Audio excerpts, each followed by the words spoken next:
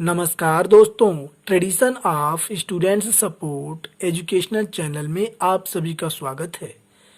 आज मैं आपको UP board exam 2020 mathematics set 2 822 MX के क्वेश्चंस में हल कराऊंगा। और इससे पहले मैंने सेट 1 जो है करा दिया है और उसका वीडियो यूट्यूब पर अपलोड हो गया है। उसका लिंक मैं डिस्क्रिप्शन में दे दूंगा, आप वहां से जो है देख सकते हैं।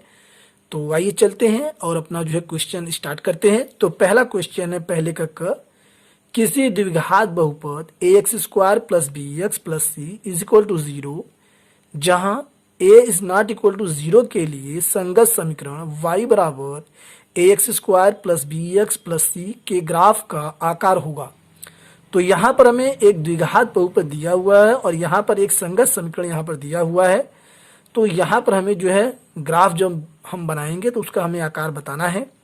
तो पहला यहाँ पर विकल्प है वृत्ताकार, दूसरा है सीधी रेखा और तीसरा है परवलयाकार और चौथा है आयताकार। तो पहले हम संगत को समझ लेते हैं। चूंकि हम सभी जानते हैं कि जब ये कहा जाता है कि दो रेखाएं संगत हैं तो ये इस प्रकार से होती हैं, ये ऐसे, यानी ये आपस में जो है दोनों रेखाएं कहीं ना कहीं जुड़ती हैं और ये जो है खुला रहता है। अब हम बात करते हैं वृत्ताकार। तो चूंकि जो वृत्ताकार होता है वह इस प्रकार की आकृति बनेगी और इसमें जो है ये बंद रहेगा, यानी ये रेखाएं कहीं से भी खुली नहीं रहेंगी, तो ये हमारा नहीं होगा जो है। दूसरा ऑप्शन हमारा है सीधी रेखा। सीधी रेखा देखिए इस प्रकार से होता है, यानी एक ये रेखा है, इसी के ऊपर जो है दूसरी रेखा भी रखी हुई है, यानी सेम है, कहीं से आगे पीछे ये नहीं है ऊपर नीचे। तो इसे हम चूंकि संगत नहीं कहते हैं, इसे जो है हम संपाती कहते हैं। तो इसलिए जो है यह भी जो है ऑप्शन नंबर 2 भी नहीं होगा जो है करेक्ट। अब हम चेक करते हैं परवलयाकार। तो परवलयाकार को चेक करने से पहले हम आयताकार को चेक कर लेते हैं, ऑप्शन 4 को। तो ऑप्शन 4 में कहा गया है आयताकार, यानी ये इस प्रकार की जो आकृति जो है ये बनेगी, यानी ये भी जो है बंद रहेगा। अब बात करते हैं, ये भी नहीं होगा जो है। अब बात करते हैं ये तीसरा परवलयाकार। तो परवलयाकार की आकृति जो है देखिए इस प्रकार से वो होगी जो है, ठीक है, ऐसे। या जब आप ग्राफ बनाएंगे तो वो ऐसे भी हो सकती है, आप यहाँ ध्यान दें, ऐसे यदि आप ग्राफ बनाएंगे इस प्रकार से तो ये ऐसे भी हो सकती है, और ये ग्राफ यदि बनाते हैं तो ये ऐसे भी हो सकती है।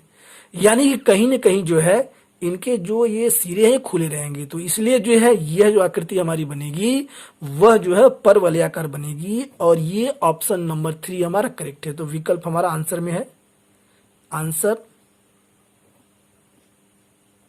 विकल्प थर्ड परवलयाकार।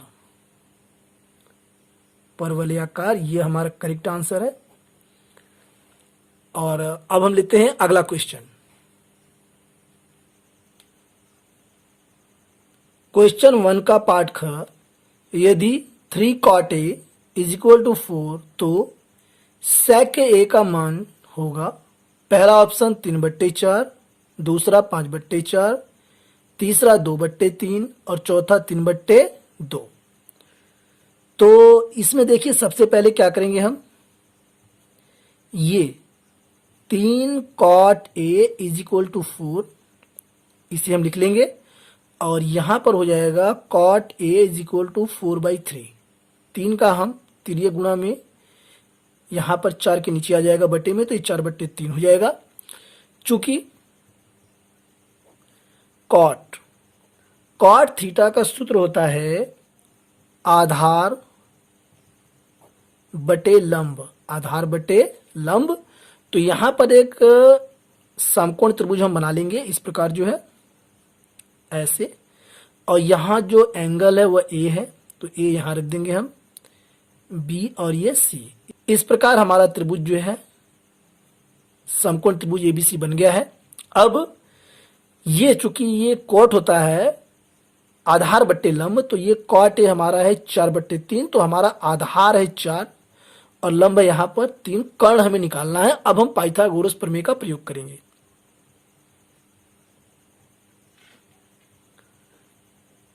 पाइथागोरस प्रमेय से कर्ण का स्क्वायर इज इक्वल टू लंब का स्क्वायर प्लस आधार का स्क्वायर। चूंकि कर्ण हमारा है ए बी का स्क्वायर, और लंब हमारा यहाँ पर 3 और आधार यहाँ पर 4। तो A B is equal to under root, ये 3 त्रिका 9 और 4 चौका 16, ए बी और 16 9 25 और आ गया ये 5। तो यानी कि ये जो कर्ण हमारा है ये हमारा है 5, ये हमारा है 5, और हमें निकालना है सेक ए। तो यहां हम लिख लेंगे सेक ए इज इक्वल टू, और इसका सूत्र होता है कर्ण बट्टे आधार, कर्ण बट्टे आधार। तो यहां पर आइए देखते हैं, कर्ण यहां पर है 5 और आधार यहां पर है 4, तो 5/4 यही हमारा जो है राइट आंसर है। और यहां ऑप्शन में हम चेक करते हैं, तो पहला ऑप्शन है 3/4, गलत है। दूसरा ऑप्शन 5/4, ये दूसरा ऑप्शन जो हमारा करेक्ट है। तो यहां पर हम लिख देंगे आंसर विकल्प सेकंड 5/4, यही हमारा करेक्ट आंसर है। नेक्स्ट क्वेश्चन, क्वेश्चन 1 पार्ट ग, 1 से 9 तक की प्राकृतिक संख्याओं का समांतर माध्य होगा। पहला विकल्प 9, दूसरा 5, तीसरा 8 और चौथा 3। तो आइए देखते हैं समांतर माध्य। समांतर माध्य निकालने के लिए हमने जो है चैप्टर नंबर 14 का संपूर्ण फार्मूला, कंप्लीट फार्मूला का वीडियो जो है अपलोड किया हुआ है, और वहां से आप जो है देख करके सभी फार्मूलों को लर्न कर सकते हैं। और इस वीडियो का लिंक मैं डिस्क्रिप्शन में आपको दे दूंगा। तो आइए देखते हैं इसको कैसे हल करेंगे हम। सबसे पहले 1 से 9 तक प्राकृतिक संख्याएं, 1 से 9 तक प्राकृतिक संख्याएं वो होती हैं 1 2 3 4 5 6 7 8 9। तो यहां पर संख्याएं हमारे पास कितनी हैं? 9 है। ये चूंकि प्रश्न में यहां पहले कहा गया है, तो यानी यन बराबर हमारे पास कितनी है? 9। कितनी है? 9 संख्याएं टोटल हमारे पास 9 है। यहां हम लिख लेंगे संख्याएं।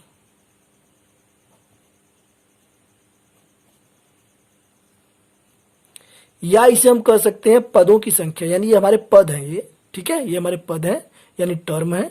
तो हमारे पास 9 पद हैं। आइए अब समांतर माध्य।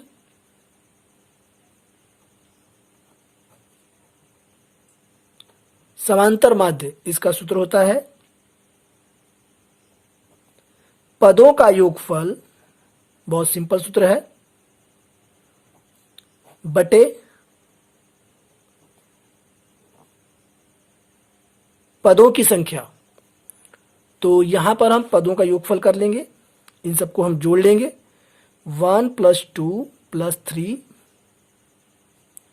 + 4 + 5 + 6 + 7 + 8 + 9 बटे पदों की संख्या, यानी ये कुल कितने पद हैं? ये 9 पद हैं, और ये प्रश्न में भी कहा गया है। तो यहां पर बट्टे में हो जाएगा 9। अब इसको हम जोड़ेंगे, तो 1 2 3 3 6 4 10 5 15 15 और 6 हो गया 21 7 28 28 और 8 36 और 9 40 5 45, यानी ये हो गया 45 योग हो गया इसका। और ये बट्टे में 9, जब 9 से हम भाग देंगे तो 9 पंजे 45 5 आ जाएगा। तो इन सभी 1 से 9 तक की प्राकृतिक संख्याओं का समांतर माध्य यहां पर आ गया है 5, यहां पर आ गया है 5, और यही हमारा जो है राइट आंसर है। ऑप्शन चेक करते हैं हम, तो यहां पर देखिए पहला ऑप्शन 9 गलत है, दूसरा ऑप्शन यानी 5 यानी दूसरा विकल्प हमारा ये सही है। और नेक्स्ट क्वेश्चन, क्वेश्चन 1 पार्ट घ, समांतर श्रेणी -5 -1 3 7 और इसी प्रकार आगे भी संख्याएं हैं डैश डैश डैश का सार्वअंतर होगा। यानी हमें सार्वअंतर निकालना है और ये सार्वंतर हम कैसे निकालेंगे, ध्यान दें कि यहाँ पर विकल्प हमें दिया हुआ है, पहला विकल्प 4, दूसरा यहाँ पर 3, तीसरा 2 और चौथा 1। तो चूंकि यह समांतर श्रेणी का जो चैप्टर है यह आपको जो है एग्जाम में अब की बार नहीं आएगा, चूंकि जो कोर्स कम किया गया है उसमें यह चैप्टर भी शामिल है। लेकिन मैं आपके नॉलेज के लिए यह बता दे रहा हूं कि आपको जो है इसके बारे में जानकारी रहे जो है। आइए देखते हैं कैसे सार्वंतर हम निकालते हैं। सबसे पहले इसे हम लिख लेंगे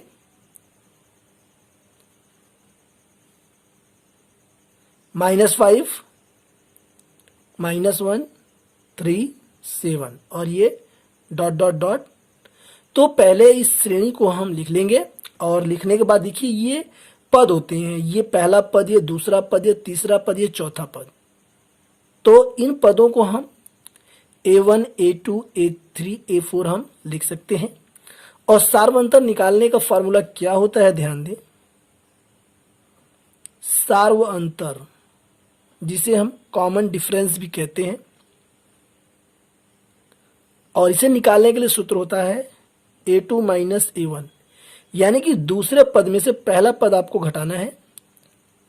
तो A2 मेरे पास है -1 माइनस, और A1 है मेरे पास -5। तो यहां पर हो गया -1 और ये माइनस की माइनस में गुणा करेंगे, ये हो जाएगा +5।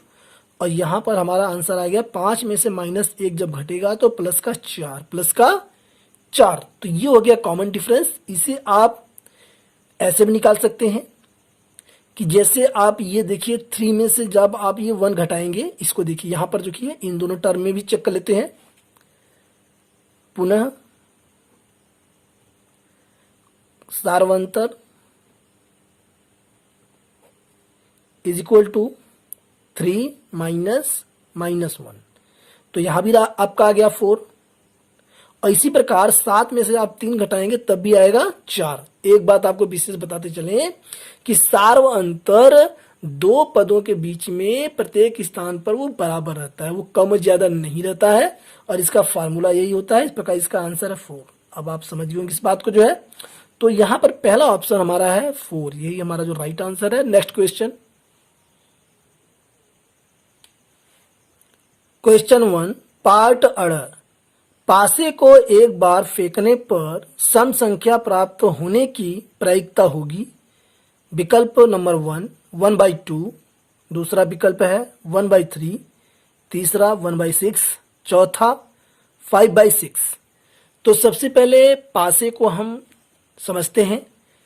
अक्सर करके आप लोगों ने लूडो या सांप सीढ़ी खेला होगा और उसमें जो है पासे का प्रयोग किया जाता है। और पासे में 1 से लेकर 6 तक की जो है संख्याएं उसमें अंकित रहती हैं। या हम कह सकते हैं कि पहले अंक के लिए उसमें 1 बिंदी बनी होती है, दूसरे अंक के लिए 2 बिंदी बनी होती है, इसी प्रकार 6 अंकों के लिए बिंदियां जो है बनी होती हैं।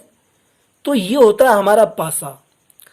अब यहां पर बात आती है कि पासा जब हम फेंकते हैं तो सम संख्या आने की प्रायिकता क्या है।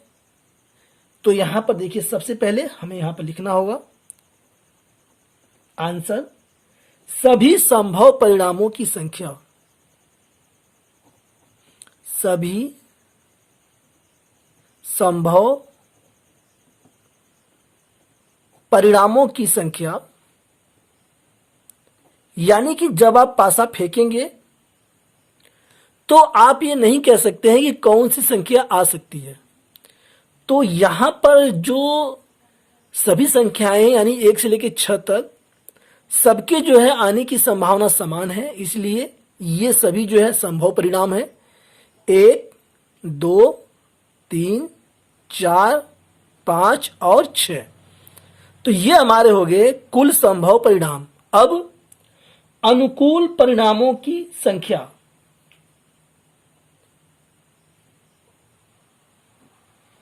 अनुकूल परिणामों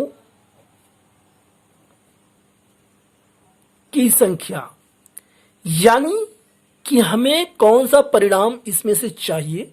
तो हमें चूंकि सम संख्या चाहिए, तो यहां पर हमारे पास है 2, 4 और ये 6। तो यहां पर संभव परिणामों की संख्या कितनी है हमारे पास? 6 हो गई है। और यहां पर कितनी है? ये 3। अब प्रायिकता,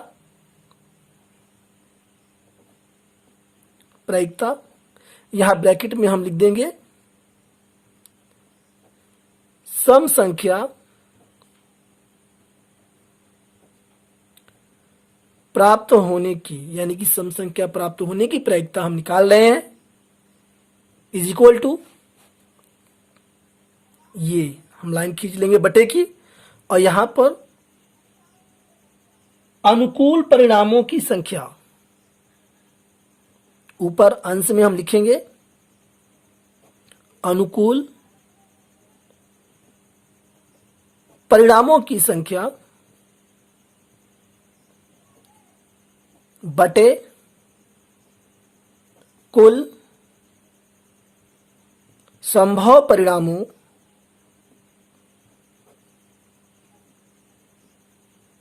की संख्या। तो यहां पर आइए देखते हैं, यहां पर हमारे पास अनुकूल परिणाम है 3 और कुल संभव परिणाम है 6। तो यहां पर इसको जब काटेंगे तो ये हो जाएगा 1/2। तो ये जो प्रायिकता इसकी आ गई ये है 1/2। यही हमारा जो है राइट आंसर है। ऑप्शन चेक करते हैं। पहला ऑप्शन 1/2, यही पहला ऑप्शन हमारा सही है। और एक विशेष बात आपको बताते चले कि अब की बार जो है यूपी बोर्ड की परीक्षा में 2021 की परीक्षा में ये प्रायिकता का जो चैप्टर है और ये भी जो है सिलेबस से बाहर है। इस साल जो है इसमें से क्वेश्चंस नहीं पूछे जाएंगे, लेकिन फिर भी मैंने जो है आपके नॉलेज के लिए जो है इसको बता दिया कि आपको जो है इसके बारे में जानकारी रहे, ज्ञान रहे। अब इसी के साथ जो है नेक्स्ट क्वेश्चन, क्वेश्चन 1 पार्ट च। चित्र में ओ केंद्र वाले वृत्त की एक जीवा PQ तथा PT स्पर्श रेखा है। यदि कोण QPT बराबर 60 डिग्री तो कोण POQ का मान होगा। ये फिगर हमारे पास है और यहां पर दिया हुआ है विकल्प ऑप्शन नंबर 1 240 डिग्री, दूसरा 120 डिग्री, तीसरा 135 डिग्री, चौथा 130 डिग्री। तो यही हमें बताना है कि यहां पर ये जो कोण है POQ, यहां देखिए ये वाला कोण, ये हमें बताना है कि कितने डिग्री का है। और हमें दिया क्या है? कोण QPT। ये देखिए QPT, आप ऐसे घुमाएंगे, कोण QPT, यानी ये पूरा का पूरा ये कोण जो है ये जो है 60 डिग्री का है। यहां मैं लिख देता हूं ये 60 डिग्री, ये पूरा है। आप इस बात को ध्यान दें। तो यहां पर देखिए एक विशेष बात, चूंकि मैं आपको यही समझा देता हूं फिगर में ही, चूंकि स्पर्श रेखा पर त्रिज्या लंब होती है, ये फार्मूला है हमारे पास जो मैं यहां लिख देता हूं, चूंकि स्पर्श रेखा पर त्रिज्या लंब होती है, परपेंडिकुलर लंब होती है, इसलिए ये यहां से लेके ये यहां तक ये पूरा एंगल जो है यह 90 डिग्री का होगा। तब जब ये आधा 60 है तो ये इसका मतलब ये जो हिस्सा है ये वाला ये 30 डिग्री है। यदि ये 30 डिग्री है तो यहां पर OP और ये OQ ये दोनों त्रिज्याएं हैं। और किसी त्रिभुज में जब दो भुजाएं बराबर होती हैं तो उनके सम्मुख कोण भी बराबर होते हैं। इस प्रकार यहां भी जो है 30 डिग्री हो जाएगा। ठीक है, अब ये हमारा हो गया त्रिभुज OPQ। इसमें दो कोण हमें पता हो गए, 30-30-60 है। और चूंकि हम जानते हैं कि त्रिभुज के तीनों कोणों का जो जोड़ होता है वह होता है 180 डिग्री। तो इसमें हम क्या करेंगे, ऐसे हम निकाल लेंगे। देखिए कोण POQ is equal to 180 minus, अब ये चूंकि हम जानते हैं कि तीनों को जोड़ देंगे इन कोणों को तो 180 डिग्री हो जाएगा। लेकिन इसमें से दो कोण हमें दिया हुआ है तो इन दोनों कोणों को जोड़ करके हम घटा देंगे 180 में से। तो यहां पर 30 प्लस 30, इस प्रकार से अगले स्टेप में 180 माइनस 30 जोड़ देंगे तो 60 हो जाएगा। और घटाने पर 120 डिग्री, 120 डिग्री। तो ये जो कोण हमारा है कोण POQ ये है 120 डिग्री। ये क्लियर हो गया चित्र में ही। आइए ऑप्शन चेक करते हैं। पहला ऑप्शन 240 डिग्री गलत है, दूसरा ऑप्शन 120 डिग्री, यही ऑप्शन हमारा सही है और करेक्ट है। तो यहां हम लिखेंगे विकल्प 2 120 डिग्री, और यही हमारा जो राइट आंसर है। और चूंकि मैंने इसमें पार्ट 1 ये वीडियो मैंने बनाया है और इस सेट का, और चूंकि ये वीडियो बहुत लेंदी हो जाएगा तो इसलिए मैं इस सेट को जो है, इसके जो क्वेश्चन है सेट के, इसको मैं पार्ट वाइज जो है बनाऊंगा और पार्ट वाइज वीडियो जो है अपलोड करूंगा। और मुझे उम्मीद है कि वीडियो आपको पसंद आया होगा। वीडियो के पसंद आने पर शेयर, लाइक और सब्सक्राइब करना ना भूलें। Thanks for watching.